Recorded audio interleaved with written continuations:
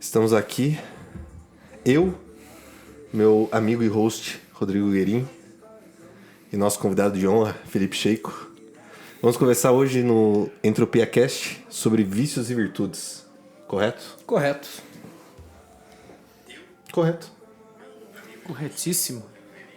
Fala, Felipe. Fala tu. Fala um pouquinho da sua história. Então, boa noite ao Guerin, ao Júlio. Como é que eu vou começar a história? Eu acho que eu vou começar definindo do meu ponto de vista o que é o vício, né? Pelo menos é o que eu entendo.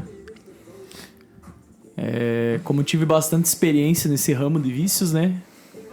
Eu acredito que o vício seja aquele impulso de fazer algo que você não consegue controlar, né? Que ele é mais forte do que você mesmo, né? De repetição demasiada, vamos dizer assim. Eu acho que o meu vício começou em videogame, cara. Quando eu era bem criança, que eu peguei o gosto pelo negócio ali, foi videogame. Tempo de ir em locador e tal, que já sou um pouco velhinho, né? Ia nas locadoras, né? Que era a sensação, né? Eu ia na locadora Norte Game. Norte Game, lembra? Na frente da praça. Uhum. Uma velhinha que cuidava, cara. Eu ia lá pra jogar Bomberman, cara. Nossa, Bomberman é clássico, né? Cara, pior que se pá, né? Acho que o maior vício que eu tive em videogame foi o Super Nintendo, cara. Foi tipo os primeiros videogames lá. Era muito viciante você jogar Bomberman, jogar Mario Kart, o próprio Super Mario, Top Gear. Nossa. É que videogame tem aquela pegada de você ler um livro, você vai estimular a tua imaginação a codificar aquilo que você está lendo, né? Aí você vê um filme, eu sempre gostei muito de filme também.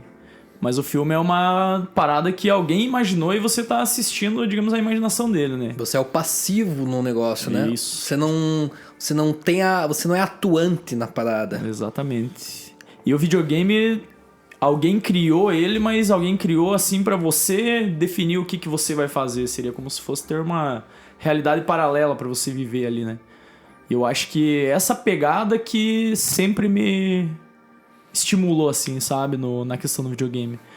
Uma realidade paralela. Eu sempre curti muito, assim, questão de sonhar, né? Quando tô dormindo. Sempre curti muito a imaginação. E eu acho que até depois que eu fui pro ramo das drogas ali, foi nessa pegada de sair da realidade. Uhum. De entrar numa realidade alternativa, fugir da realidade casual que a gente vive, né? Então acho que essa que é a primeira pegada do videogame foi essa, sabe? De me colocar nesse mundo de não conseguir controlar, né? Porque quando eu ia nas locadoras, às vezes ia só pra assistir a galera jogando, né? Às vezes não tinha grana ali e ficava ali vendo, né? Só o fato de você ver já parece que você entrava ali naquele mundo, né? Então essa que foi a pegada, né? Eu acho que você deu uma definição de vício muito massa, porque pra mim o vício, tipo, os vícios que eu tive, assim, eu tive vício em videogame também, foram sempre relacionados com sair, tipo, da minha realidade natural, material, mundana. Porque aquilo parecia que, tipo, eu tava dando um time na vida, tá ligado? Eu tava, tipo, ó, vou deixar um pouco a vida normal de lado e eu vou entrar numa outra realidade. Só que a gente não percebe o quanto isso é nocivo, porque daí a gente começa a querer só estar nessa realidade. Só estar Só na realidade paralela, que não é... Que entra entra até numa parte filosófica de que se a gente tá aqui, materialmente, é porque a gente tem que experienciar essa vida. E a gente começa a se perder, a gente começa a ir pro outro lado, porque o outro lado não tem obrigação, tipo, não tem, sei lá...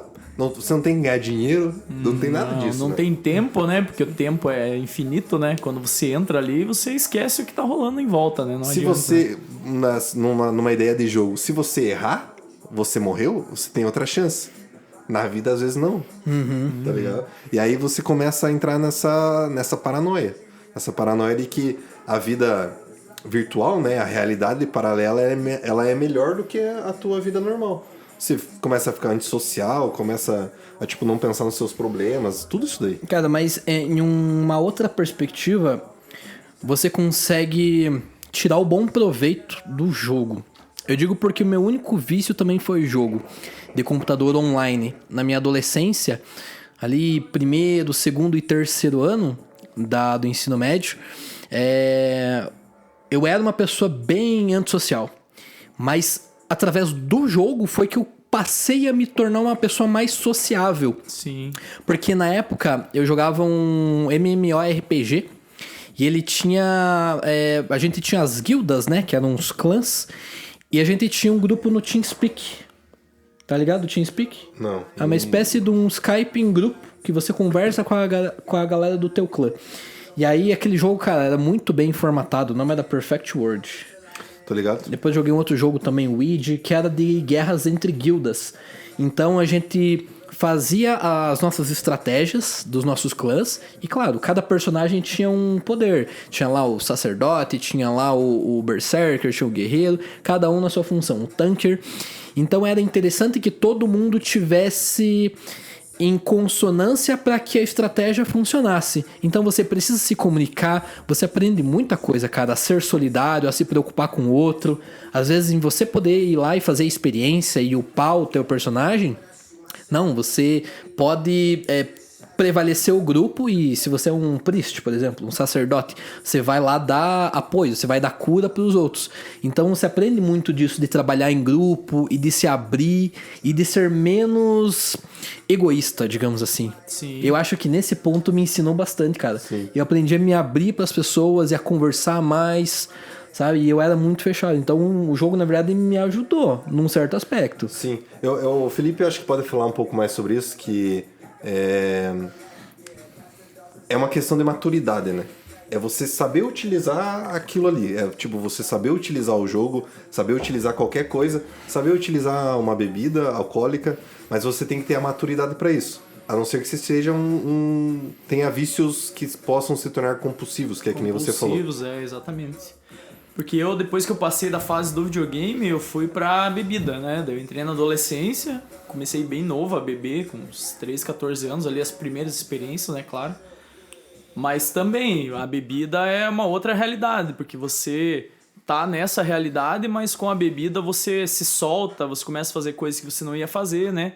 Então você se torna um outro personagem, vamos dizer assim, quando você tá bêbado, né? Então, quando eu encontrei essa outra realidade, também gostei dela e gostava de sair pra beber e meio que direto, né? Sempre tava tentando fugir disso, né? E como você falou, é maturidade, né, cara? A gente não tem essa... Quando você é adolescente, na verdade, você quer dominar o mundo, né? Você quer você e você já sabe tudo já, né? Você já passou a fase criança, então você já é o cara, né? Você já sabe o que você quer da vida. Então, a falta de maturidade que te faz começar a se perder no vício, né? Porque daí você pode beber de uma maneira saudável, tipo assim, você saiu um dia numa festa lá e foi super bacana, você bebeu ali num nível tal, né? E interagiu com a galera e conheceu pessoas e tudo mais, foi bacana.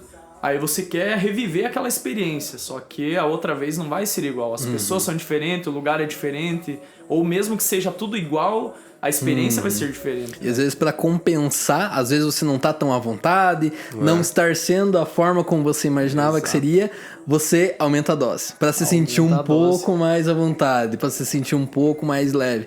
E assim, cara... Sem hipocrisia, todo mundo aqui, nós três passamos por isso. Acredito que a maioria dos adolescentes passam por isso. E sendo sincero, cara, é importante que a gente passe por isso. Por quê? Total. Se alguém falasse pra gente na nossa adolescência, cara, não bebe muito, senão os efeitos vão ser negativos, não vai ser legal. Você vai cagar, velho. Por quê? Os efeitos que interessam são os efeitos práticos, empíricos.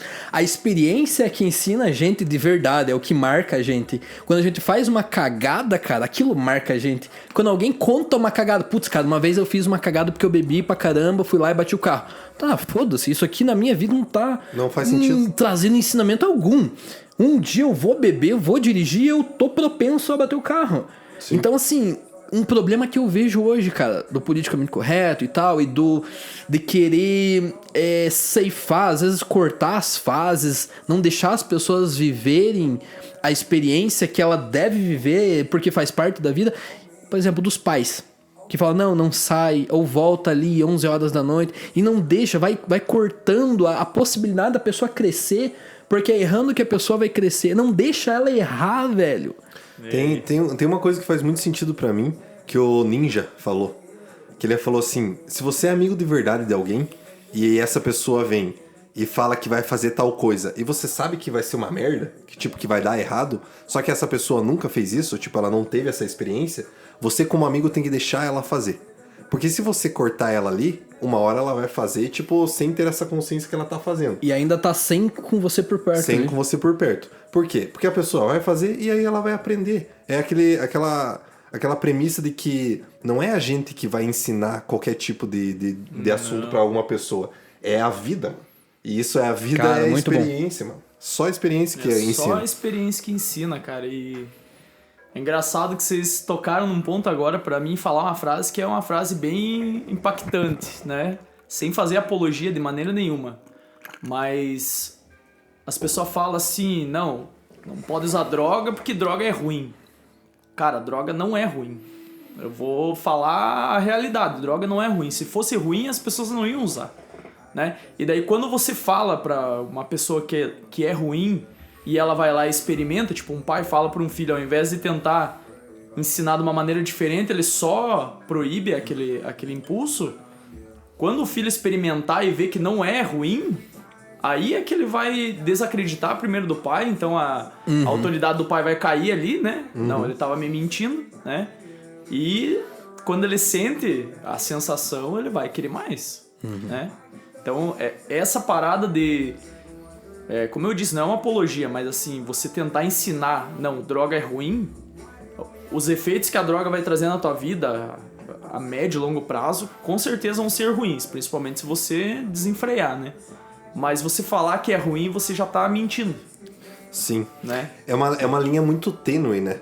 Num sentido assim, que a pessoa pode ser viciada compulsiva e por mais que aquilo faça mal pra ela, tipo, como ela é viciada, aquilo vai estar fazendo bem, né? Tipo, mentalmente, psicologicamente. E os pais ficam naquela assim de... Cara, mas se eu proibir meu filho, dele não vai fazer, porque eu tenho autoridade sobre ele. E aí é o que você falou. Cara, tem uma certa idade que a gente não escuta nossos pais, cara. A gente tá no rolê, a gente tá saindo, a gente tá bebendo, a gente tá se divertindo. E o que vai aparecendo, a gente... Opa, não sei o quê. É muito difícil, mas é claro, depende muito da criação, eu acho que aí. Mas é muito difícil o cara parar e falar assim, não, eu não vou usar porque meu pai disse que não é bom.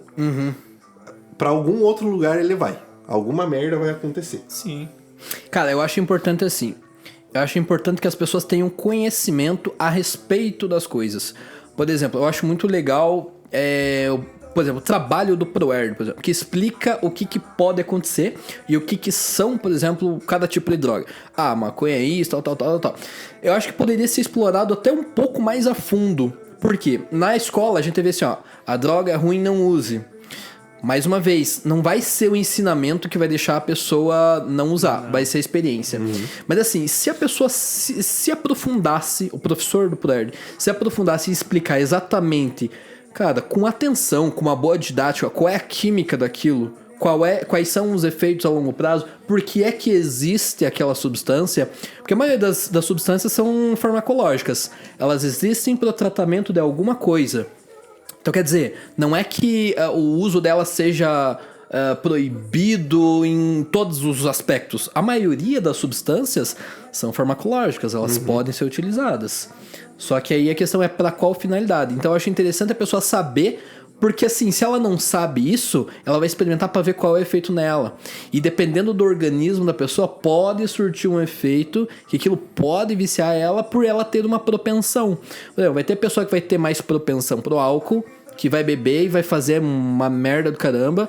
Hoje a gente tem estudos que dizem que o álcool é a pior droga em aspectos de fazer a pessoa sair fora de si e causar mal às outras pessoas. Porque pode causar de tudo. Dentre os principais e piores efeitos, a agressividade, né? A perda da consciência e tal. Então, assim, eu acho importante a gente ensinar as pessoas o que é a substância, quais são os possíveis efeitos dela, para que a pessoa mesmo pondere. Ela mesma pondere. Decida, né? Ela mesma decida. Entendeu? É diferente de você falar, não use. Cara, não use. Até porque se você pegar o efeito e explicar pra pessoa, quando ela for usar e aquele efeito começar a se manifestar nela, Isso. o cérebro dela vai dar uma freada. Opa, Isso. né? Eu peguei isso e isso está acontecendo comigo, então vou devagar, né? Porque é como você disse, em vez de falar para o adolescente não beber, você mostrar ali os efeitos e mostrar assim... Estudos também, né? Isso, e aquela questão da perda do controle, né? De você ficar mais lento e tudo mais. E como isso pode ser prejudicial se você for dirigir um carro. Que você vai estar com o reflexo mais lento e você pode causar um acidente, né? E daí, assim, a pessoa, por mais que ela beba e ela saia bêbado ali e não cause um acidente, ela sabe que é uma grande possibilidade. Então, assim, ela tá fazendo por conta de risco. Mas já foi explicado pra ela. Diferente do cara que nunca foi falado, só foi falado que não... E ele vai beber e ele vai começar a se desafiar, né? Pra ver se, não, vou ver até onde que vai. Exato. E daí ele chega no limite, né? Então Isso é muito louco, porque até quando adolescente, bem no fim quem decide é o próprio adolescente. É claro, a gente quando é adolescente, a gente é levado meio que pelo grupo. O grupo todo tá fazendo. A gente não tem tanta... Autonomia. Tanta autonomia, tanta identidade pra chegar e falar assim, não, eu não vou fazer porque eu não sou assim. Na época da adolescência, a gente tá descobrindo tudo isso. Mas é importante que o próprio adolescente decida, de certa forma. Porque é foda isso, né? Mas é só experienciando que ele vai, tipo, entender se aquilo é bom ou ruim pra ele. E bem no fim só depende dele. Não vai ser pai, não vai ser mãe, não vai ser nada que vai influenciar. Aí ele tipo não usar ou deixar de usar. Vai ser, no fim, uma decisão do cara. Totalmente do cara. Eu acho que existe aí, é claro, uma questão de também como a pessoa é criada. Que, por exemplo, a pessoa ela tem todas as informações ali sobre a cocaína. Ela tem quanto mais informação, quanto mais conhecimento ela tiver, menos ela vai querer usar. Perfeito. Tipo, esse é o ponto. Que nem você falou, não, vou chegar e vou falar assim, ó, não use cocaína. Daí a pessoa vai falar, por quê? Porque é ruim. Beleza. E aí? Tá, minha mãe também diz que comer doce é ruim. E mesmo assim eu tô comendo. Quer dizer, cara, entendeu? Você precisa explicar com fundamento. Qualquer coisa. E assim, cara, a gente vive na chamada era da informação. Informação. A gente tem a rodo. A gente tem acesso a toda a informação do mundo, cara, a um clique. A gente joga qualquer coisa no Google e a gente tem conhecimento. A questão é que nem todo conhecimento ou toda informação que tá no Google, que tá na internet, é de procedência. Você tem todo tipo de gente falando todo tipo de coisa sobre várias perspectivas. E aí fica muito difícil a gente saber o que a gente ouve, o que a gente não ouve. Então... É complicado também, dependendo de onde a pessoa vai buscar essa informação. O ideal a gente tá falando aqui no momento de drogas. A pessoa vai pesquisar aonde? Quais são as referências importantes? Cara, são médicos, normalmente. Ou estudos, porque às vezes tem médicos que vão defender... Por exemplo, o vape aqui. Vamos falando do vape. Tem médicos que falam, não, cara, o vape é extremamente nocivo, é pior do que cigarro, não sei o quê. Tá, vamos investigar então do que é feito o vape, do que é feito um cigarro. Cara, se for ver a formulação do vape, cara, é glicerina, a bateria que esquenta a glicerina, a essência, eu acho que água. É uma coisa super simples. E aí tem a nicotina. Só que assim, a nicotina, cara, tem gente que masca a nicotina por uma questão de baixar os batimentos, ficar mais tranquilo. Não é a nicotina o grande problema do cigarro. São as 4.000 substâncias que tem no cigarro. E outra, cara, você tá fumando papel, cara. Você tá jogando fumaça de um papel queimado pra dentro de você. Se você for ver, a principal razão pela qual as pessoas morrem nos incêndios não é por causa do calor. É por causa da intoxicação, né? Por causa da inalação da fumaça. Então você tá inalando a fumaça do cigarro, tá jogando aquilo pra dentro de si. É óbvio que isso vai dar merda uma hora. Agora, no vape não tem essa questão. Não tô dizendo que o vape é bom. Não tem como sustentar, por exemplo, que é a mesma coisa de sustentar que o álcool é bom, que comer doce é bom. Mas na medida certa, a depender de pra quem você tá oferecendo aquilo, digamos, num tratamento, uma pessoa que bebia antes, sei lá, uma garrafa de whisky, por exemplo.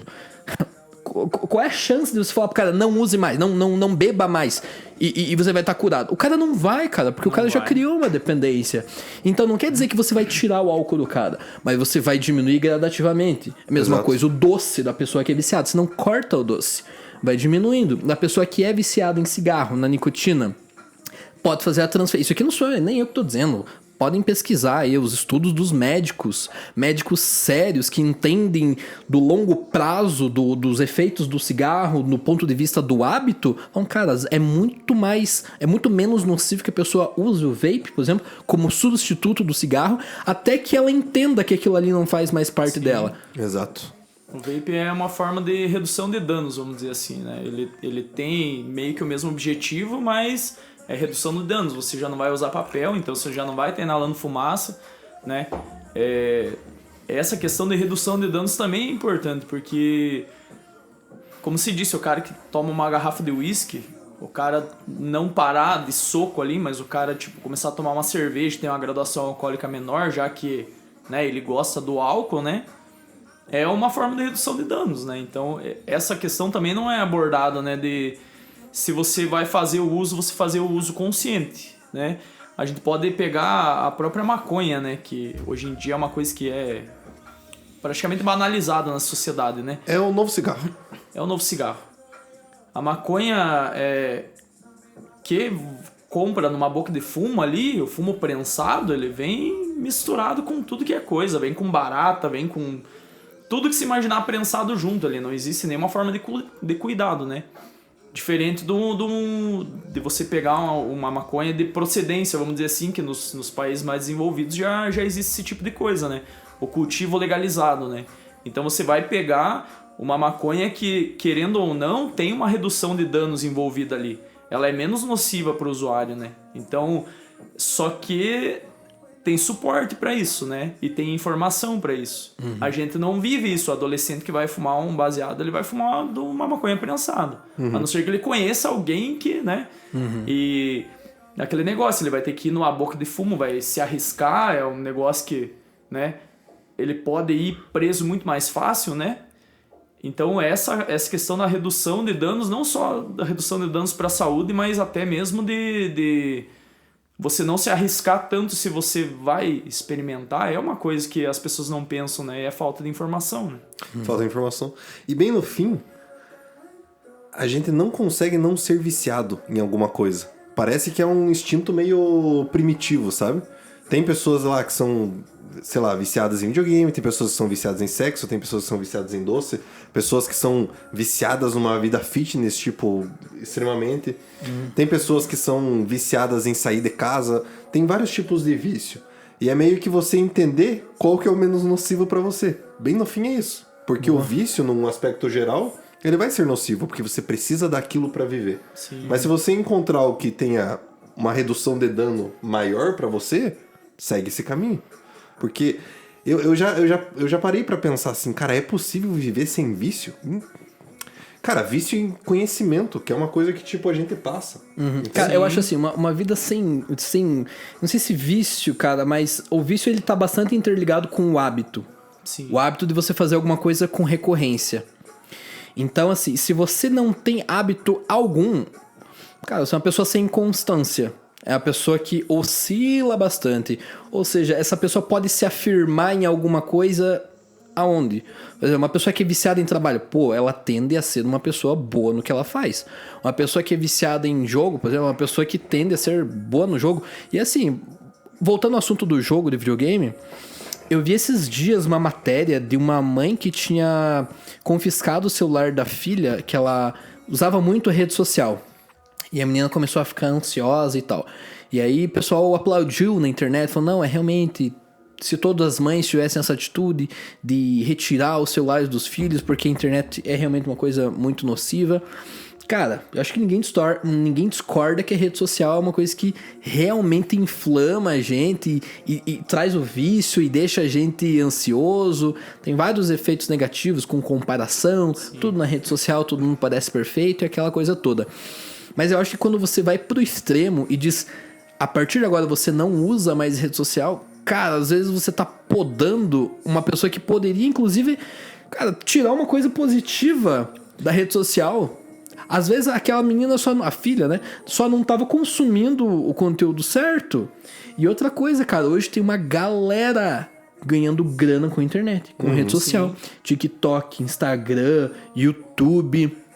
Às vezes não é... O problema não tá, eu acho que no fato, na coisa em si, mas em como ela é utilizada. E aqui a gente pode aplicar a tudo, voltando, né? Voltando a frequência, né? A frequência que você utiliza que vai definir se tá te fazendo bem ou não, né? Como disse um amigo meu uma vez, uma frase aleatória num rolê, nunca mais esqueci, cara. Ele falou assim, o segredo do sucesso é a moderação. E, cara, eu escutei há muitos anos atrás isso, e até hoje eu coloco em várias coisas diferentes da minha vida isso. Porque até você tomar água em excesso faz mal. Exatamente. Né? Então, o segredo do sucesso é a moderação. A frequência do teu vício vai definir se ele é um vício ou um hábito. Vai definir se você vai perder o controle da situação ou não, né? Porque, como se diz, tem gente que masca ali a nicotina para acalmar o organismo, né? O nosso organismo, ele já é propenso a estímulos de tudo que existe no mundo, desde você tomar um chá até você tomar um copo de cachaça, né? O corpo é propenso a esse tipo de estímulo. Então, se você souber dosar ele da maneira certa, ele não vai te fazer mal, né? O problema é perder a noção do quanto você precisa daquilo, né? Como o Júlio falou, todo mundo é viciado em alguma coisa. E alguém que possa estar ouvindo a gente pode pensar, mas eu não tenho vício em nada. Cara, eu duvido. Duvido. Eu duvido. Vamos pegar aqui um dos maiores vícios que quase todo mundo tem, cara, em comer besteira. Em comer ali um salgado, alguma coisa, uma fritura, um doce, cara. Cara, chocolate é uma parada que vicia de um nível assim... Que se o cara não tiver controle, é aquilo lá, não. Vou comer um docinho todo depois da minha refeição. Não consegue resistir. Não consegue resistir. Essa é a definição do vício. É a definição Você do vício. Depois do almoço ali tá, satisfeito já do salgado, mas alguém te oferece ali um bolo, um pudim, um cookies, sei lá, pensa aí no teu doce preferido. Você conseguiria resistir a comer ele? Se você disser, não, cara, eu não consigo resistir. Vai lá, uma vez você resiste. 2, 3, 10. Cara, a gente que faz dieta com frequência, que já tem a mente um pouco mais calejada, a gente mesmo às vezes sucumbe, cara. Sim, total. A gente faz tudo em virtude disso. Treina, se alimenta, suplementa, faz cardio, dorme tranquilo, tenta não se estressar pra não aumentar ali os hormônios negativos. E mesmo assim, às vezes a gente sucumbe e fala, cara, mas eu tô precisando. Você não resistiu, cara. É aí que entra, eu acho que uma questão assim de um vício saudável. E aí entra nisso que você falou, tendo moderação. Tendo moderação. Hoje eu sei que se acontecesse de eu não conseguir mais treinar, eu ia entrar numa depressão fodida. Porque o treino em si, o desenvolvimento do meu corpo físico, ele se tornou uma espécie de virada de chave na minha vida. Porque com isso eu consegui começar a desenvolver todo o restante. Porque eu tava com tô com uma autoestima maior, tô com uma autoestima elevada. Eu gosto do que eu vejo no espelho. E isso me motiva a, todo dia buscar mais coisas. Trabalhar mais, tudo. Desenvolver meu corpo, desenvolver minha mente. Só que ao mesmo tempo isso se a gente for pegar pelo outro lado, deu merda, acabou, não consigo treinar mais. E aí? Como é que eu vou desenvolver minha autoestima se eu não consigo mais treinar? Então, só que é um vício que literalmente eu escolhi, que é uma coisa que eu vou me cuidar para que pro resto da minha vida eu consiga fazer isso. Eu tive recentemente, ano passado, um vício muito foda em jogo online. E eu percebi isso, que eu passava o dia inteiro pensando em chegar em casa e jogar. E daí chegou uma hora que eu me bitolei, porque daí eu tinha tido um dia bom, eu tinha trabalhado legal, tudo certinho. Só que daí eu chegava em casa e eu ia jogar e eu me estressava. E meu dia acabava. Aí chegou uma hora que eu, não, mano, isso aqui tem que parar. De alguma forma isso tem que parar. Só que daí, nisso eu já tinha experiências com outros vícios que fizeram eu ter esse toque. De entender que aquilo tava realmente me fazendo mal. Mas se fosse talvez um primeiro vício meu, ele teria durado muito mais tempo. Sim. Entende? E aí que entra também a questão da experiência de novo. Hoje é segunda-feira e a gente tá bebendo aqui um ginzinho. Só que a gente tá bebendo num ambiente agradável, que a gente tá, tipo, trocando uma ideia, a gente tá gravando uma coisa massa. Que, tipo, ir numa festa pra beber já é uma coisa que não me satisfaz. Mas por quê? Porque eu já fiz muito disso. E eu vi que não me levou pra lugar nenhum. Então hoje você já tem muito mais resistência, muito mais força pra resistir a ir num rolê e beber um monte. Porque você já sabe, cara, de antemão, tipo, cara, eu já sei qual que vai ser o rolê. Eu já sei que eu vou me sentir mal. Eu já sei que eu já vou fazer coisas que eu não faria se eu tivesse são. Eu já sei que no outro dia eu vou me sentir mal porque eu tô prejudicando meu shape. Que eu passo a semana inteira preocupado em construir. Cara, é justamente isso. Então, hoje você só sabe disso porque você viveu pra caramba. Você insistiu no passado, na adolescência, em sair e beber. Deu merda. Putz, mas vai que num próximo rolê vai ser massa. Não foi. Hoje já blindou, né? Exatamente. Como diz um mentor meu, Nossa, fugiu totalmente o que ele disse. Se pá, não era pra você falar. Eu acho que é de você guardar essa informação pra você. Essa é pra mim. Essa não é pra você falar. Cara, mas é muito estranho, né, cara? Porque é tudo uma questão de experiência. Ah, lembrei, ó. Agora. Assim, ele falou assim uma vez, você pode ler 50 livros sobre natação e ver vídeos e ver técnicas e ver tudo que você imagina sobre natação que tenha disponível. Se você pular dentro de um rio, você vai morrer afogado. Porque é a teoria, né? Não é a tua experiência. Você não sabe se comportar ali na prática, né? Então, tudo se define na experiência, cara. Eu, como eu tava dizendo do início ali, que eu tive muito problema com vício, né? E com drogas e tudo mais.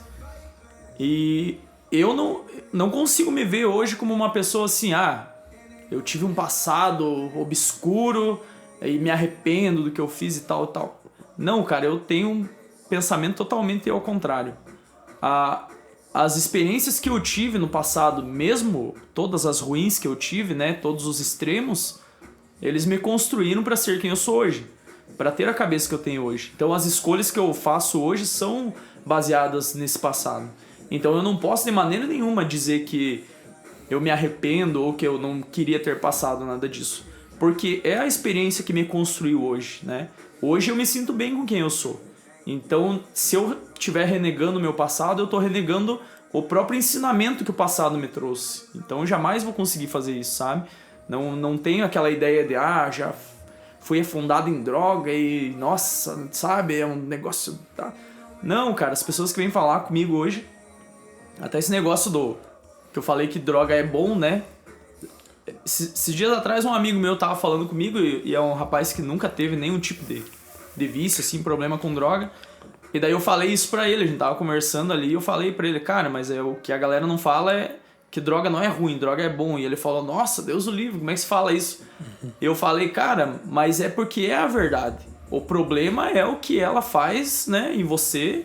E o teu controle, né? Que ela, querendo ou não, as drogas, principalmente as químicas, elas estimulam tanto o teu organismo e elas criam uma dependência tão forte que já não depende mais da tua mente segurar o impulso, né? Porque você tá, tipo, numa coisa casual ali, num chocolate, alguma coisa assim, que não cria uma dependência física, é mais fácil de você renegar, porque você vai ter que controlar só a tua mente pra não fazer.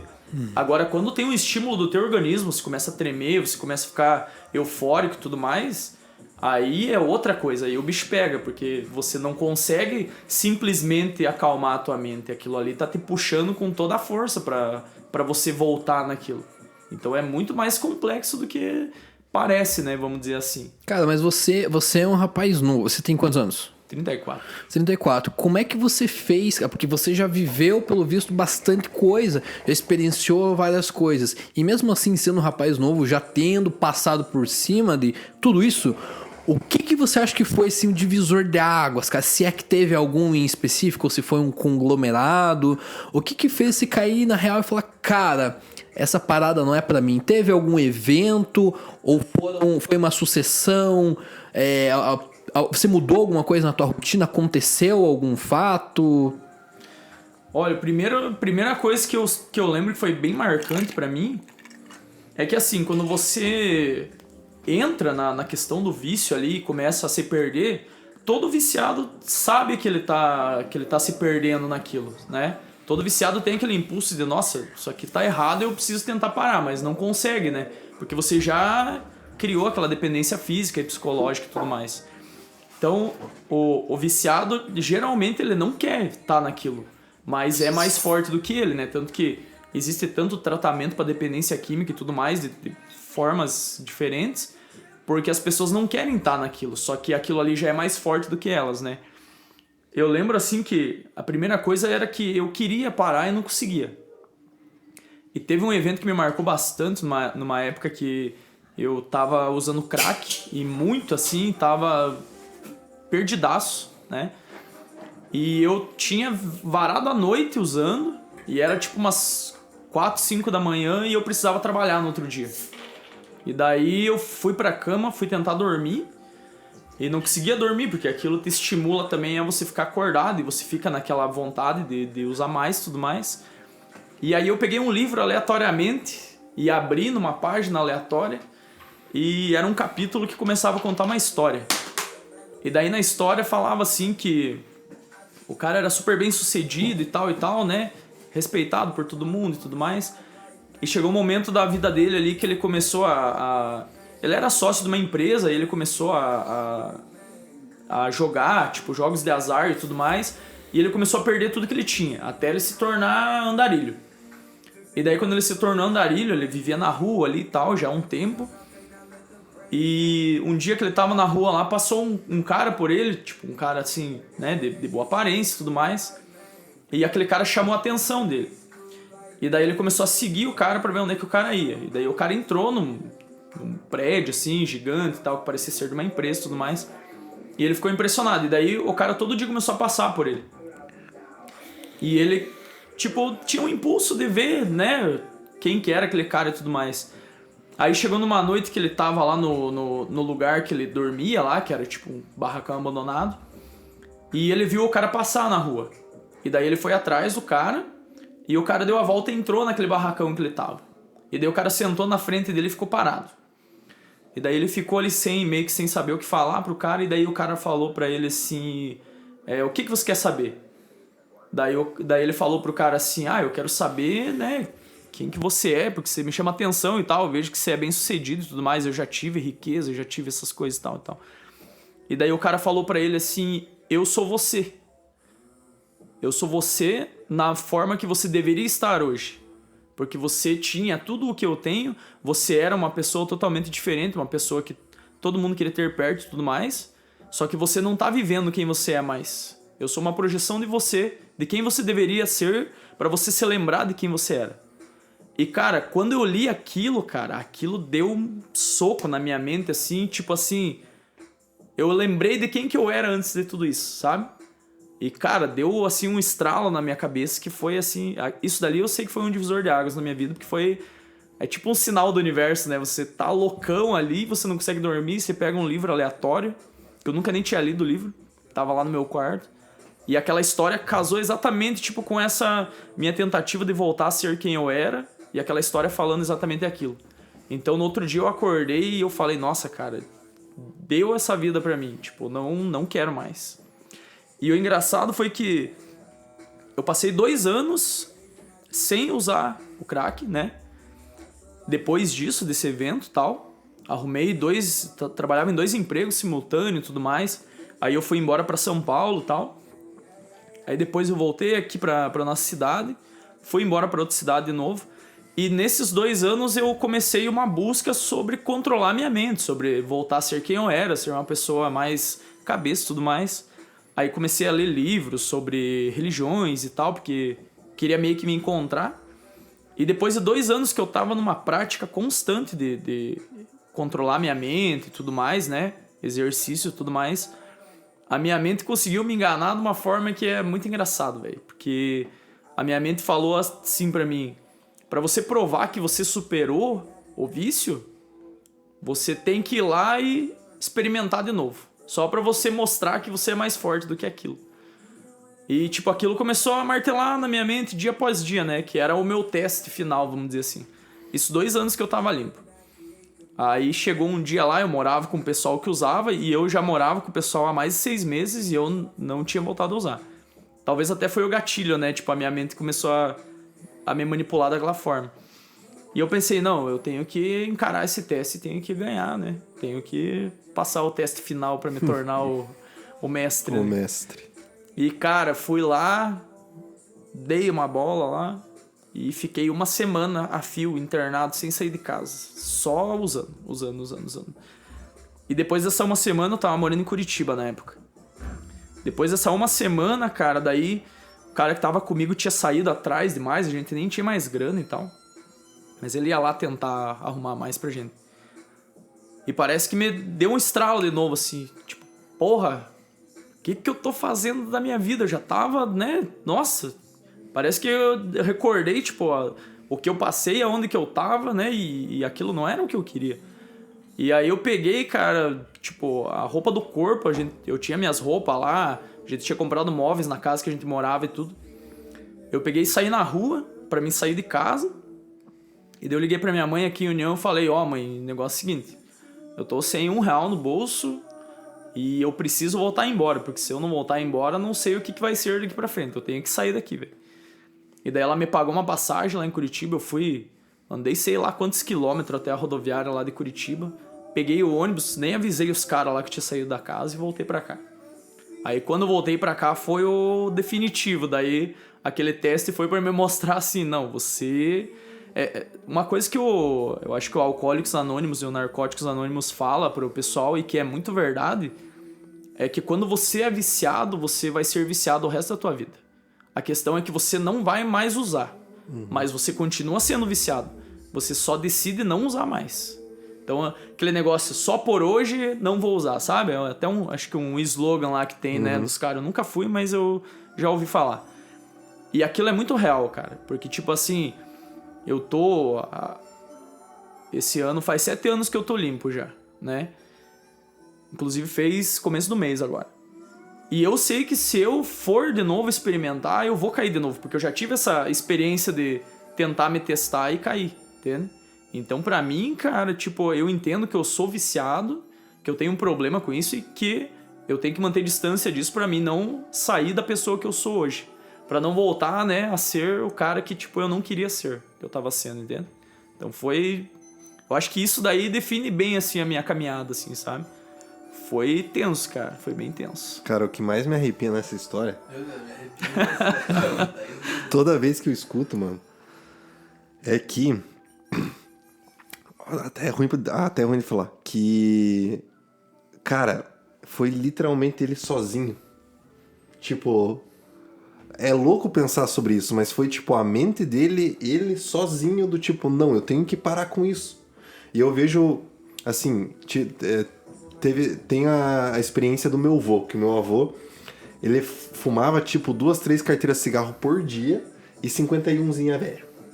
2 litros de 51 por dia, todo dia. Eu conheci o meu avô assim, até o ano em que minha avó morreu. Cara, a partir do momento em que minha avó morreu, no outro dia, o meu avô parou com tudo. E a gente tentava, falava, não vai funcionar, você tem que parar com isso e tal. Não é bom pra você e tal, o senhor tá chegando numa idade. E ele não parava. Minha avó morreu, ele parou.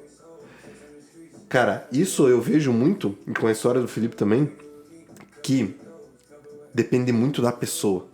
É a pessoa querer realmente largar aquele vício, entender que aquilo faz mal pra ela. A gente, como familiar, é lógico que a gente vai tentar ajudar de todas as maneiras possíveis. Até forçando. Mas, cara, se a pessoa não entender aquilo ali, parece que é um caminho sem saída, né, cara? E só complementar isso que se disse, porque é bem o caminho, cara. Eu parei, assim, por causa desse estalo da minha mente e tudo mais.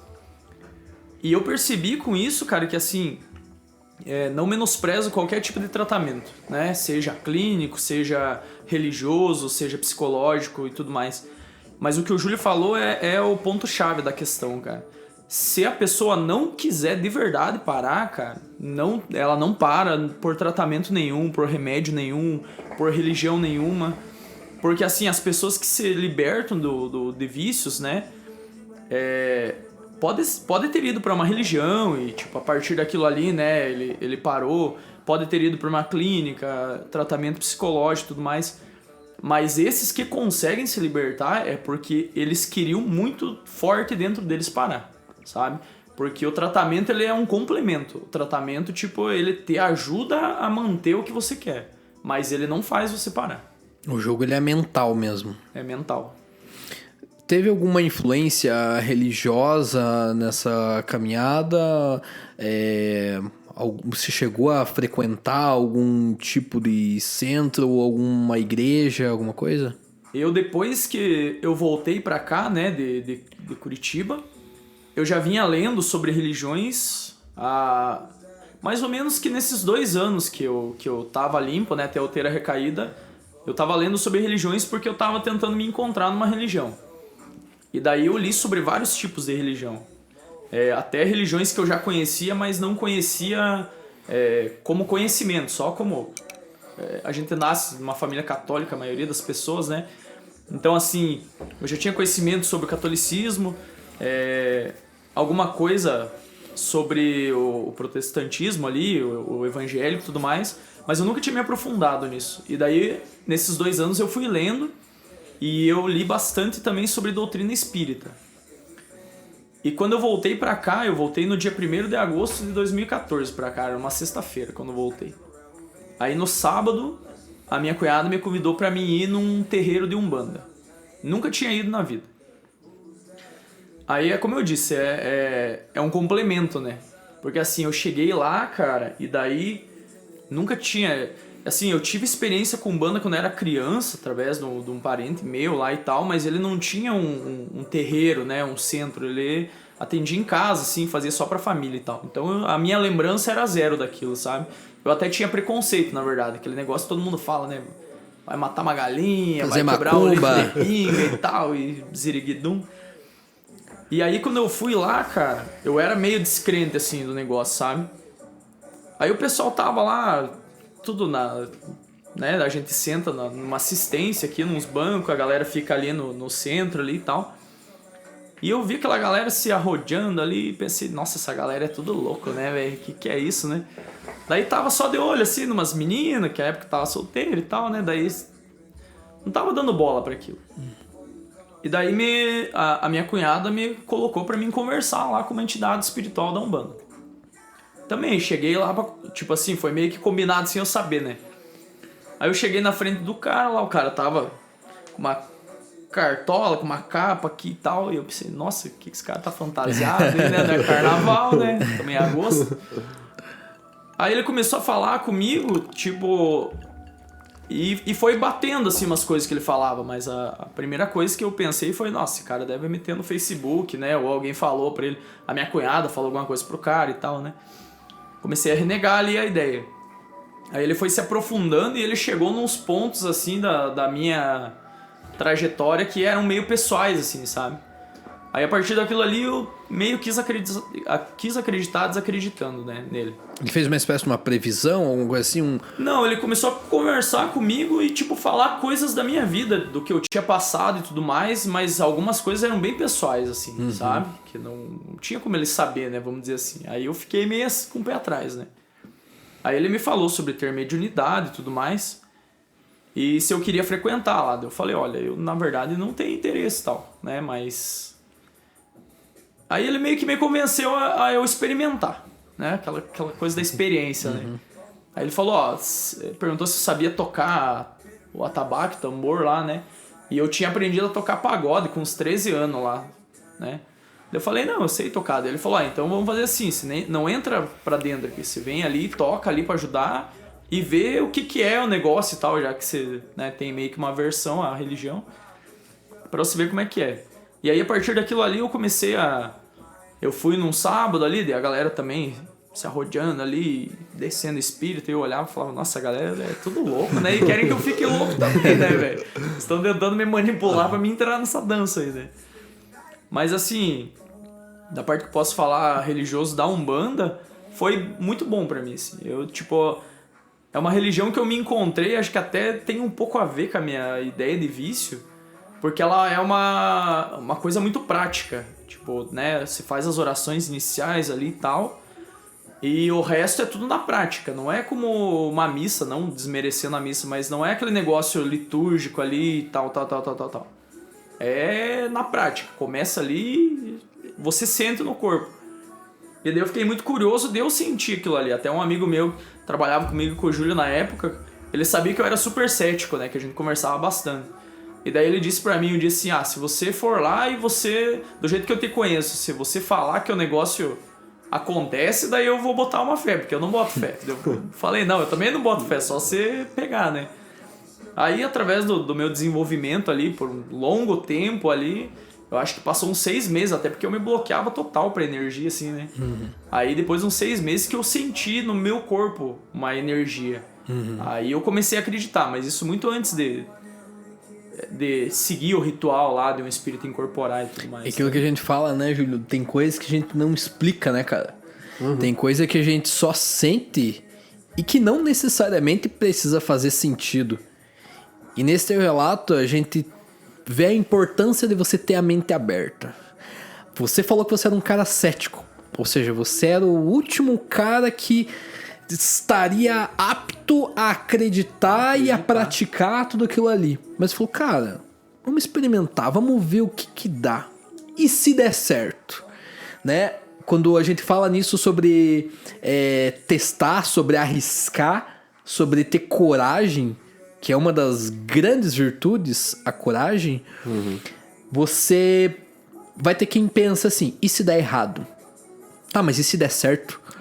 Cara, e se der certo, vai ser incrível. É 50-50, né, cara? 50-50. Agora, você não fazer, você vai ter 100% de certeza que você não sabe o que vai acontecer. Muito louco, porque a minha amizade com o Felipe começou numa transição dele, tipo, nessa transição, sabe? E eu, sei lá, eu não sei se eu tava numa transição ou não, mas eu tava, tipo, muito confortável, assim. E ele foi o cara que, tipo, começou a abrir minha mente, sabe? Que eu fiquei, tipo, pô, mas tem mais coisa aí, né? Tipo, eu sei muito pouco ainda. Era na época que você trabalhava na fábrica, que você vivia a rotina e tal. Isso, exatamente. E, assim, a gente era de polos opostos. Eu era lá do controle de qualidade e o Felipe era lá do corte. Só que daí eu comecei a ir lá no corte pra testar fio e tal, e daí bem no fim a gente começou a trocar ideia. E no final de tudo, ele virou, tipo, foi lá pro controle de qualidade pra trabalhar comigo. E daí quando eu saí, ele assumiu o rolê. Cara, foi uma parada, assim, muito louca. E o Felipe sabe disso, mas ele abriu a minha mente pra conhecimento. Porque eu era muito bitoladinho, sabe? Tipo, sei lá, bitolado. Eu não buscava nada além do que eu imaginava que eu sabia. Seguia padrões. Eu era o gadozinho. Eu era o gadozinho que, tipo, fazia tudo que a galera mandava, tá ligado? Nessa época aí, era só rolê e pá, mesmo eu sabendo do negócio que não me fazia bem, toda essa fita. E daí as conversas com ele eu fui começando a, tipo, opa. Daí ele foi me contando as histórias dele e eu ficava, opa, tem mais coisa aí, entende? E aí eu comecei, tipo, a abrir a minha mente, porque é isso, cara. Se você não tiver a mente aberta, você não aprende. Tem uma... Cara, não lembro quem que falou. Não foi ninguém que falou. Foi o... Na verdade, foi um cara que falou porque foi ele que escreveu o livro. Que o cara fala lá que o que a gente fala é o que a gente sabe. O que a gente escuta é o que a gente aprende. E aí eu comecei a perceber que realmente, depois que eu comecei a escutar, tipo, a minha amizade com o Felipe é muito sobre a gente conversar e cada um escutar um ao outro, sabe? Alguma coisa que eu vejo assim que o Felipe que eu acho que ele tá fazendo, que vai fazer mal pra ele, eu vou lá e falo. Ele vem e me fala as coisas, me dá muito conselho. E aí, tipo, se você não tiver atento pra escutar, se você realmente não tiver aberto a escutar, você não vai aprender nada, entende? A mente aberta, nesse sentido, em qualquer sentido da vida mesmo, se você não ir lá e testar, se você não experimentar, você nunca vai saber. Você vai morrer sem saber. E mesmo as coisas que num primeiro momento você discorda, mesmo as coisas que provavelmente você não vai concordar, mesmo assim é interessante você ouvir outra pessoa. Sim. Mesmo assim, porque na pior das hipóteses, você já vai ter um argumento a mais para debater e ainda para você ter certeza se aquilo que você acredita mesmo é quem você é. Porque às vezes você acha que você sabe quem você é. As influências que você teve, às vezes são muito no mesmo nível de raciocínio. Porque você não experimentou, às vezes, o contrário. Ou você sequer teve contato com o contrário. Então, eu acho interessante a gente conhecer, não necessariamente experimentar de tudo. Por exemplo, eu não tenho interesse em experimentar crack para saber que é ruim. Sim. Mas mesmo assim, eu acho interessante conhecer quais são os efeitos, ouvir o relato de uma pessoa, saber por que ela entrou nesse mundo para conhecer, cara. Porque aí, uma pessoa, por exemplo, vai lá, São Paulo, lá na Cracolândia. Cara, fala, porra, é tudo vagabundo, é tudo que cara que poderia estar fazendo outra coisa e não tá fazendo porque não quer. Você tá dando aqui uma outra perspectiva de que tem coisas que estão fora do nosso controle. A gente não sabe o que foi que levou as pessoas a estarem lá. Se de repente ela tá tentando, cara, se de repente ela já tentou outras vezes, é muito fácil, cara, a gente meter o pau e criticar os outros sem conhecer a história, sem conhecer como é que funciona a cabeça da outra pessoa. Você sabe o que é engraçado que você falou aqui, cara? Que quando eu decidi que eu queria experimentar o crack, eu andava com uma galera que já tinha experimentado e que já tinha se libertado. E só que era tipo um lugar meio tipo fervo ali, né? Então era propenso a tudo, né? E os caras falavam pra mim, ó, cara, isso daí é furada, velho. Isso daí, se você usar, você tá ralado, mano. Você vai mudar a tua mente, você vai se tornar uma pessoa tal e tal e tal. E eu, em sã consciência, cara, eu lembro claramente disso. Que eu pensava comigo assim, em sã consciência e lúcido, eu pensava assim, cara, jamais que eu vou usar um negócio desse e vou começar a vender minhas coisas dentro de casa. Da onde, né? Tipo, mas você fora da situação consegue pensar isso. E depois que eu me afundei, depois que eu comecei a fazer esse tipo de coisa, cara, que eu comecei a me afundar mesmo, aí eu vi que realmente o negócio é mais forte do que você, entende? Tem uma coisa que chamam de retorno de Saturno, né? O retorno de Saturno, astrologicamente falando, e astrologicamente não no sentido de revistinha, de horóscopo, né? Astrologicamente no sentido de um estudo aprofundado sobre astrologia, né? Astrologia hermética. Exatamente, sobre a influência dos astros, né, no pessoal de cada um, porque tem que falar rapidamente sobre isso, que as revistinhas ali, elas banalizam muito, né, a questão dos astros, porque elas meio que colocam em caixinha ali, tal pessoa é tal e pronto, e vai muito mais a fundo do que isso, né, porque a astrologia são muitas variações para você estudar. Mas dentro dessa questão do retorno de Saturno, quando você nasce, o Saturno está num determinado lugar ali no céu, né?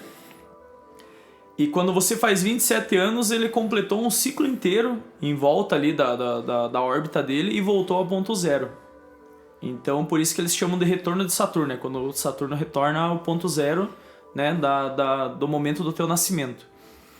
E Saturno, ele é ligado muito à disciplina, muito ligado à organização. Eu acho que principalmente a disciplina, porque disciplina é uma coisa bem complicada para o ser humano, né? Existem poucas pessoas que têm isso já nelas e elas conseguem seguir. Mas a maioria de nós não tem disciplina, a gente sempre começa a avacalhar no meio da conversa, né? A gente precisa desenvolver, né? Exatamente. Para se tornar um hábito realmente. Eu vi uma vez uma frase sobre disciplina que dizia assim, é difícil você se sentir naturalmente disciplinado todos os dias. Assim como é difícil você se manter limpo naturalmente todos os dias. Por isso se recomenda que tanto o banho quanto a disciplina sejam fortificados diariamente. Oh, bacana. Bem específico, bem interessante essa visão. Então, na questão do retorno de Saturno, que é quando ele volta ao ponto zero ali, né, dizem os estudiosos ali da astrologia que é quando a disciplina ela vai mudar muito forte a tua rotina de vida a partir daquele momento. Seja pro lado bom ou pro lado ruim, vamos dizer assim, né? Que bem e mal são conceitos relativos. Mas enfim, você pode se tornar uma pessoa mais disciplinada para aquilo que você precisa, ou você pode se perder na tua disciplina de vez, né? E esse retorno de Saturno, para mim, eu fui ler isso depois de muitos anos já que tinha passado, né, o meu retorno de Saturno ali. Mas foi com 27 anos que eu voltei lá de Curitiba, que eu saí desse vício compulsivo, né? E foi com 27 anos que eu conheci a religião, a Umbanda, que eu estou até hoje. Foi com 27 anos que eu conheci a minha esposa, que eu estou até hoje e pretendo ficar o resto da vida. Sim. Um beijo pra minha esposa Ana. E com 27 anos eu entrei na empresa que eu trabalho, que eu nunca tinha trabalhado mais de 2 anos no mesmo lugar na minha vida. Eu sempre pulei muito de emprego, porque sempre enjoava rápido. E é a empresa que eu estou até hoje. Então, assim, agora dia 1º de agosto fez 7 anos de tudo isso na minha vida ao mesmo tempo, porque foi exatamente com 27 anos que tudo isso aconteceu, né? E pra mim, assim, foi uma mudança extremamente radical na minha vida, porque foi quando eu realmente voltei àquilo que eu tava falando antes de ser a pessoa que eu já desejava ser desde sempre, né? Claro, a gente tá sempre buscando mais, mas assim, é como eu disse, independente de todo o meu passado, tem gente que me vê hoje, né? Seja lá na religião, seja no meu emprego, seja com a minha esposa, que vai ouvir a história ou já conhecia a minha história de antes e fala, nossa, não, mas esse cara aí é um porra louca da onda, né? Sim. Esse cara aí é perdidaço. Tanto que quando eu comecei a namorar com a minha esposa, um conhecido meu falou pra minha sogra assim, nossa, velho, tire a tua filha de perto desse cara, porque é encrenca total, velho. E é engraçado que a minha sogra, nossa, ela é muito parceira minha, assim. E ela me chamou depois que essa pessoa conversou com ela e ela falou assim... eu conheço você há pouco tempo, mas eu já consigo ver a pessoa que você é, né? E eu acho que todo mundo merece uma segunda chance. Então, assim, a pessoa me falou sobre esse teu passado. Se você não tem mais pretensão de voltar a esse teu passado aí... eu não vou ter proibido de namorar com a minha filha. Até porque ela é 11 anos mais nova do que eu. Então também era uma questão assim bem complicada nessa parte. Mas ela me deu esse voto de confiança aí e é o que a gente tá vivendo até hoje. A gente é super parceiro com a minha sogra. Não tem nem o que falar. Então... mas é muito... muito da gente, né, cara? Porque querendo ou não...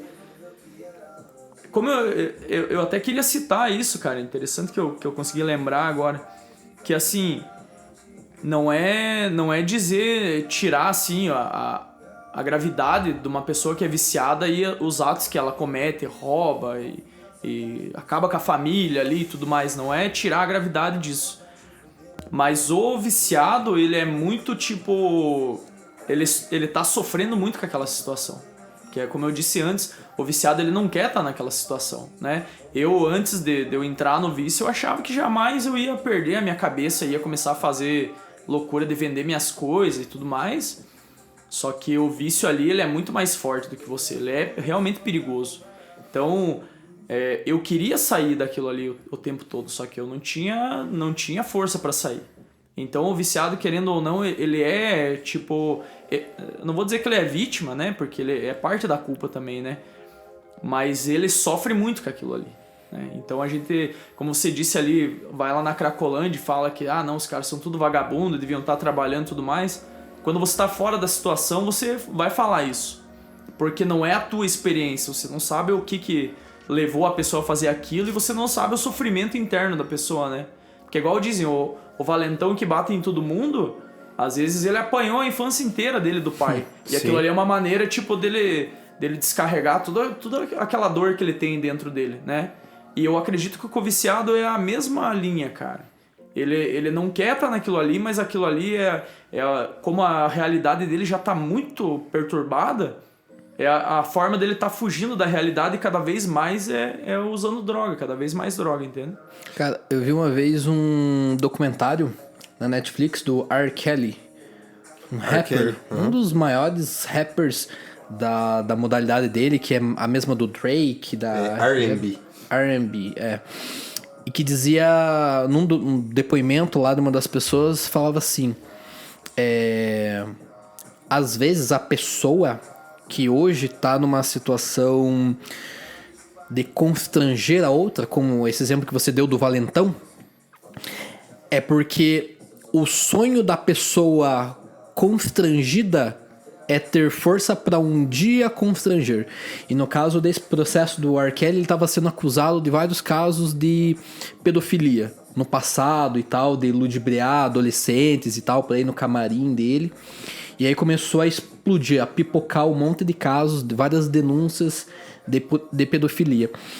E aí, voltando no passado desse rapper, ele tinha sofrido abuso.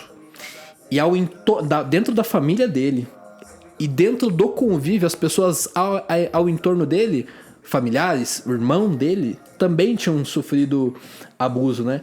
Então aí você foi muito pontual e bem claro nessa tua colocação de que não é querer dizer que passar pano pra pessoa, falar, não, isso aqui realmente, putz, tadinho dele. Não, tem a sua parcela de culpa, no entanto, a gente não conhece as razões pelas quais ela fez o que fez, se é que fez, né? Ele tá sendo investigado.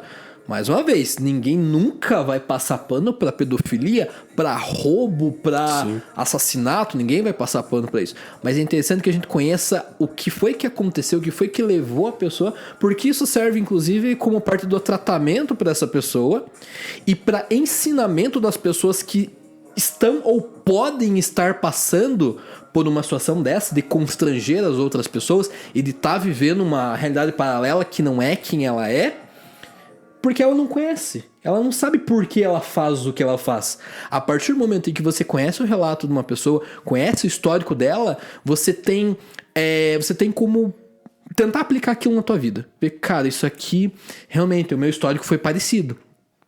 Eventualmente uma pessoa que possa sentir essa sensação de querer constranger as outras pessoas, pode pensar, cara, realmente, no meu passado eu fui constrangido. E aquilo, ela foi engolindo, até que um dia ela pensa, tipo, cara, eu preciso pôr isso aqui pra fora. E acaba praticando o que ela foi vítima. Cara, é o que a psicologia bate muito na tecla e que tem ainda gente que fala que, tipo, psicólogo é besteira, ou você, ir pra terapia é besteira. Mas é o que eles batem em cima. Todos os nossos atos são referências de algo que a gente passou no passado. Tipo, não tem escapatória. A não ser que você acredite filosoficamente que o homem nasce mal e ele, tipo, se força a fazer o bem. Mas tirando isso, se você vê uma série sobre serial killers, sobre essas coisas, que tem bastante na Netflix, existe uma explicação psicológica muito racional do porquê que aquela pessoa faz aquilo. E durante muitos anos, a psicologia era vista como, tipo, balela, né? Como era banalizada. Ainda é por algumas pessoas. Sim. Mas entra muito na questão do julgamento, né? Do tipo, não. O cara ele tá roubando porque ele é vagabundo. Mas tem todo o contexto social. A gente vai pegar ali, um cara que com 12, 13 anos ele tá portando uma AK-47. Mas é o contexto social que ele tá, cara. Como é que você vai... É errado perante a sociedade, é lógico que é, mas como é que você vai chegar e vai explicar pra essa criança, é errado? Pô, mano. Às vezes a referência dele, A referência dele, talvez, de herói isso. É o dono da boca, entende? Sim. Então, é difícil realmente a gente... Sei lá, imagine, se eu e o Felipe, quando a gente começasse a conversar, a gente fosse amigo, viesse me falar, tipo, não se envolva com ele porque ele é, sei lá, drogado, pá. Que é uma coisa que poderia acontecer, mas, tipo, não aconteceu. Mas, o benefício da dúvida, de, tipo, entender todo o rolê, dele contar a história do porquê aconteceu, por causa de tudo isso, entende? Cara, eu quero abrir um breve parênteses aqui sobre tudo isso que a gente tá conversando, porque pode dar a entender que a gente tem uma visão esquerdista ou de defender alguns tipos de ideais. Não é essa a ideia. A ideia é a gente expor, a gente trazer à discussão todos esses assuntos. A gente não tá querendo ensinar ninguém aqui nesse podcast. Ninguém quer ensinar nada. O nome do podcast é Entropia. É você trazer a evolução da ordem para a desordem. A gente só quer que a galera raciocine a respeito de tudo isso, porque às vezes a gente fica tão bitolado com o que a gente vê na mídia, na nossa família, as pessoas falando, é isso.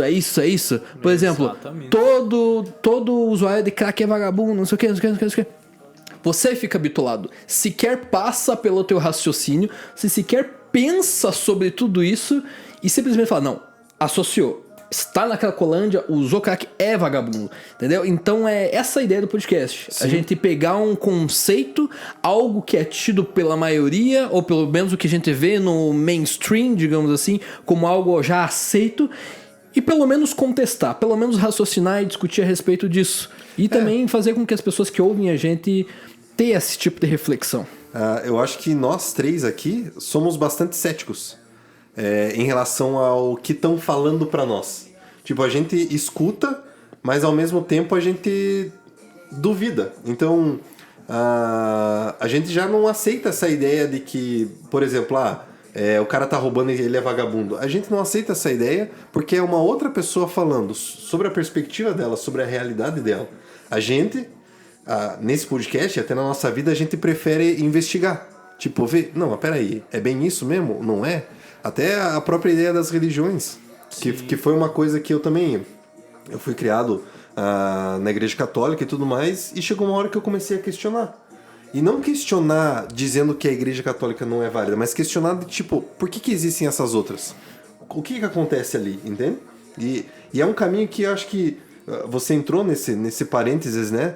De esquerda e direita, e que é justamente o que acontece. As pessoas acreditam tão fielmente que elas são donas da verdade, politicamente falando, religiosamente falando, que acabou a discussão. E como é que a sociedade evolui? Discutindo. Sim, o livre pensar morreu daí se você tá fechando aquela ideia, né, cara?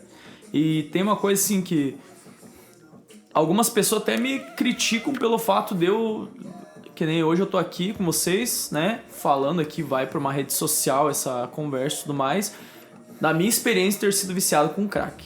Nossa, mas por que você foi lá e falou isso, né? Agora você é um cara e tal, tem família e tudo mais. Cara, eu acho que se a gente não conversar sobre isso é o erro. Exato. Porque eu passei por toda essa experiência, tive muitos momentos ruins com isso, né? Foram vários anos que eu fiquei nesse ciclo aí. E, cara, eu falo isso justamente assim como você disse, você não conhece a realidade de quem foi viciado. Pra gente passar pras pessoas, tipo, o ponto de vista de alguém que experimentou aquilo ali e entendeu até que ponto fez mal, entendeu até que ponto não trouxe uma coisa ruim pra si, pra família e tudo mais. Né? E a gente tem que falar sobre isso, sabe? Não é trazendo aqui uma pessoa que, tipo, leu teorias sobre o vício que você vai debater o vício, porque daí entra naquela questão do ler os livros de natação e se jogar no rio, você vai morrer afogado, né? Porque você não sabe o que é aquilo. Cara, não discutir qualquer assunto é reforçar os dogmas. É você simplesmente aceitar que é aquilo e apenas replicar. Se tem algum tipo de ignorância que está acima de todas as outras, é a de sequer considerar a possibilidade de discutir. Porque existe o ignorante que discute, mas que reforça. Não, a minha opinião é essa, é essa. E eu acho que o pior tipo de ignorância é aquela que sequer dá a chance de conhecer o outro lado. Porque, como diz Marco Aurélio e vários outros grandes filósofos, o problema não tá em você mudar de opinião. O problema tá em você mudar de opinião o tempo inteiro. Então existe uma diferença entre você ser flexível e você ser volátil. Você ser volátil é você mudar de opinião o tempo inteiro. Ah, mas eu ouvi isso, depois eu ouvi aquilo. Você ser flexível é você, primeiro, conhecer as coisas. E se alguém tiver um argumento melhor dos que os que você tem ou que as pessoas que estão à tua volta te apresentam, aí sim você pode melhorar o teu raciocínio. Porque se você sequer se dá a chance, você só vai virar um replicador. Exato. Famoso Sim. gado. Exatamente. Tem uma coisa que não sei se hoje em dia tá muito em vigor ainda, mas teve muito em vigor, que é lugar de fala. Que é tipo, eu, Júlio Wesley Weigert, eu não posso falar sobre feminismo porque eu não sou mulher e eu não sofri disso. Só que pra eu entender sobre isso, pra eu entender como uma mulher se sente, eu preciso conversar. É literalmente isso que eu preciso fazer. Porque assim como uma mulher... Até pra se dar a chance de ser refutado. Exato, porque assim como a mulher foi criada nessa sociedade, eu também fui. E pra mim, o contrário, pra mim sempre foi certo. Então eu preciso conversar, eu preciso falar, digamos, a minha opinião errada, pra justamente a pessoa vir e falar assim, não, cara, isso aqui tá errado. Um exemplo que eu tive recentemente lá na loja, eu tava conversando com um amigo meu, e eu falei, eu abri a porta do carro pra menina entrar. E ele falou, pô, você tá ligado que isso é machista, né? Eu falei, cara, pra mim foi simplesmente um ato de cavalheirismo. Só que daí ele começou a me explicar o porquê que isso é considerado machista, papapá. Daí eu falei pra ele assim, tá, beleza. Então poderia ter uma menina que ela ia totalmente falar, não, isso daí que você tá fazendo é errado, eu posso abrir a porta. Existe a menina que ela simplesmente aceita, porque, sei lá, ou ela não tá envolvida nisso. Daí eu falei pra ele, então qual que é o caminho? Daí ele falou, pô, o caminho é você chegar e perguntar, eu posso abrir a porta? E realmente faz sentido isso. Tipo, eu tô pedindo a permissão pra, pô, se eu posso ser cavaleiro com você, porque pode ter mulheres que não querem isso. Ou então fazer e depois perguntar como a pessoa se sentiu. Só que se eu não tivesse tido essa conversa com ele, eu não saberia. Então, não é o meu lugar de fala. Tipo, porque eu não sou mulher, eu não passei por isso. Mas se eu não conversar, se eu não estiver disposto a errar nesse sentido, eu não vou aprender nunca, entende? Você sabe o que é uma coisa que eu lembro que marcou bastante essa questão de você ouvir quem entende do assunto para daí você criar uma perspectiva diferente? Quando eu tava morando em Joinville, antes de eu ir pra Curitiba, começou uma matéria lá no jornal que eu tava assistindo sobre suspensão corporal. Aquela galera que coloca aqueles ganchos na pele aqui e fica pendurado e tal, né?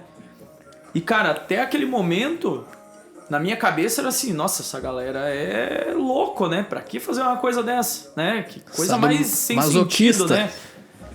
E quando começou aquela matéria e eles entrevistaram as pessoas que faziam, e as pessoas começaram a explicar que aquilo ali era uma forma deles... que eles chegavam numa dor extrema ao ponto de entrar no estado de nirvana, que a dor sumia e eles entravam no estado pleno, assim, de liberdade do corpo e tudo mais.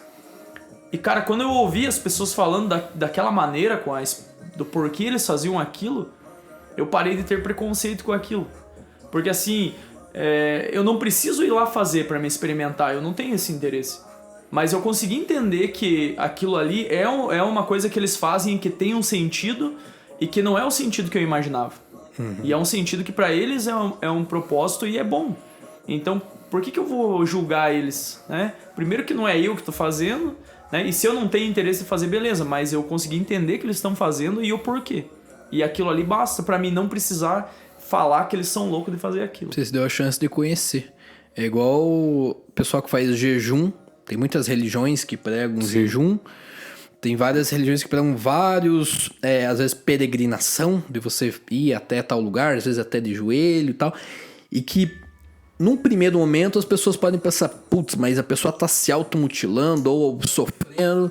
Mas, cara, mais uma vez, né? Quem somos nós de fora pra julgar a pessoa que sabe por que tá fazendo o que tá fazendo? Entra numa parada que a gente sempre fala, mano. Tanto eu com você, tanto eu com o Felipe.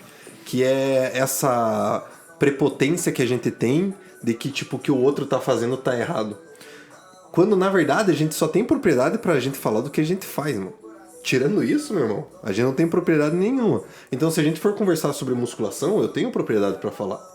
Porque eu experiencio, eu vivencio isso. Mas se eu for falar de um andarilho, que ele gosta de não ter lugar fixo pra viver, ele gosta de ficar pelas cidades vagando e tal, eu vou falar única e exclusivamente sobre a minha perspectiva de vida, sem eu ter experimentado. Então, quem sou eu pra falar o que o cara tá fazendo ou deixando de fazer, sabe? Às vezes pra ele aquilo é o ápice da liberdade. Exatamente. Eu já ouvi, inclusive, pessoas de moradores de rua falarem exatamente isso. Que aquilo ali é a forma de liberdade deles. E se você for pensar de certa forma, socialmente falando, eles estão mais livres do que a gente. Do que todo mundo, Porque a gente exatamente. tem que acordar cedo e trabalhar e tal, e tal, e tal. Né? A gente é condicionado a isso. Né? Eu ouvi essa semana uma coisa... Eu li, inclusive, uma coisa muito interessante ali que uma pessoa postou ali no Facebook. Que ele fala assim... Quando você nasceu, te deram um nome, uma família e uma religião. E tudo o que vem de lá pra cá é um papel que te deram pra assumir, mas não necessariamente é quem você é. Nossa. É muito profundo isso daí, né? Se você for pensar, porque é a realidade, cara. Você tá vivendo sob uma perspectiva que alguém colocou pra você, mas você se sente bem com aquilo, beleza, viva o resto da tua vida naquilo. Se você não se sente bem, cara, a vida é tua, no fim das contas. Você tá aqui pra se manifestar da maneira que você deseja viver. Exato. Né? E é aquele negócio, a tua liberdade termina onde começa do outro. Então você não vai também, tipo assim, eu quero ser livre, então eu vou sair dando tapa na cara das pessoas. Não, mas eu vou estar agredindo alguém e aquela pessoa não quer essa agressão. Sim. Então eu vou até onde a minha liberdade me permita. Bom, A parada é o seguinte. acho que tivemos um bom papo. Rendeu o que aí? 1h30? Por 1h40, por aí. Conversamos mais sobre vícios do que qualquer coisa, mas acho que era essa a ideia mesmo. Deixamos as virtudes para um outro EP, que tinha muita coisa pra falar. E é isso daí, chegou nossa comida, nós estamos com fome. Pô, 1h40 gravando e a gente ainda teve o bastidor. Teve o bastidor, exatamente.